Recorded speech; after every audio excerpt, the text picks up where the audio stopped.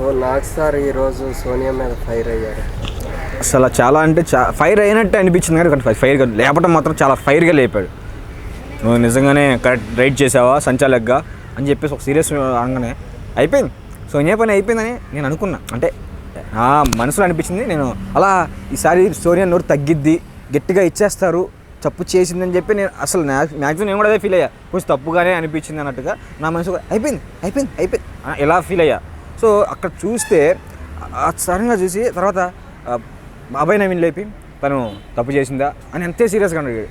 అమ్మ ఎంత సీరియస్గా ఉన్నాడంట్రా బాబు అనిపించింది నాగ్ సార్. సో లేపేసి అభయ్ నవీన్ గారు తను తప్పు చేసింది అంటారా అసలు కరెక్ట్ చేసిందని చెప్పేసి తను 100% నాకు తప్పు అనిపించింది అంటే అనగానే నువ్వేం తప్పు చేయలేదా అని అంటాం. సో అక్కడ నేను స్టోరీ మొత్తం ఏం చెప్తాను కానీ పాయింట్లోకి వస్తాం. సో నాకైతే తను తప్పు చేసినట్టే తను చెప్పాడు, బట్ కాకపోతే అక్కడ రైట్ అని చెప్పేసి అనడం అయితే వేరే లెవెల్.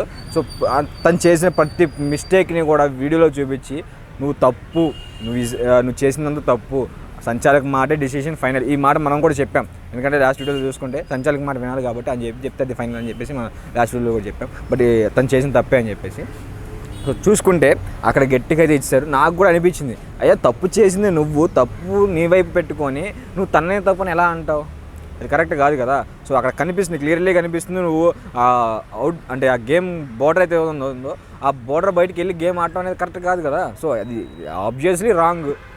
నేను ఆల్రెడీ దీని గురించి చెప్పాను, ఎందుకు బయటికి వెళ్తే అవుటే, మన ఎందుకు గీస్తారు, పనిలాగా గీస్తారు అవన్నీ బాక్స్, ఎందుకంటే దానివల్ల యూజ్ ఉంది, అది గీస్తే దాంట్లోనే ఆడాలని ఒక రూల్ ఉంది, ఆ రూల్ ప్రకారం ఉంది. ఎందుకంటే అంతకుముందు గేమ్లో చూసుకున్నా కూడా ఆ గేట్ దాటి వెళ్ళిపోతే అవుట్ అని చెప్పేశారు. సో అలానే ప్రతి గేమ్లోనూ ఒక బోర్డర్ లైన్ అనేది ఉంటుంది, ఆ లైన్ దాటితే నువ్వు ఎలిమినేట్ అయినా ఉంటుంది, కొన్ని రూల్స్ అండ్ రెగ్యులేషన్స్ అనేది పాటిస్తారు కాబట్టి బిగ్ బాస్ షో అంతా.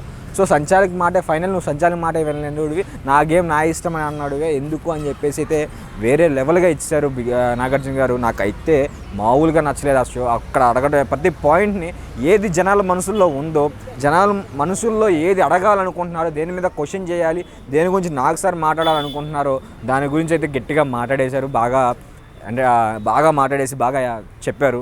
సో వాళ్ళకైతే ఒక కంక్లూజన్ అయితే క్లియర్ చేశారు అని నాకు అనిపించింది. అలానే కొన్ని పాయింట్స్ అయితే మిస్ చేశారు, ఇంకా కొన్ని అడుగుంటే బాగుండని అనిపించింది కానీ బట్ కాకపోతే షో మాత్రం చాలా మంచిగా వెళ్ళింది. సో చూసే కొద్దిగా బాగా ఇంట్రెస్టింగ్గా కూడా అనిపించింది. సో ఇంకొంచెం ఉంటే బాగుండు, ఇంకొంచెం అడిగితే బాగుండు అనేగా అనిపించింది అనమాట నాకైతే. సో బాగా అయితే అడిగారు నాకైతే సోనియాకి అయితే చాలా మంచిగా సంచాలకుగా చేసామని చెప్పి కూర్చోబెట్టారు. సో అభయ్ నవీన్ అయితే మళ్ళీ కూర్చోబెట్టారు, తర్వాత నీ టర్న్ తర్వాత ఉందని చెప్పేసి అయితే అన్నారు. So next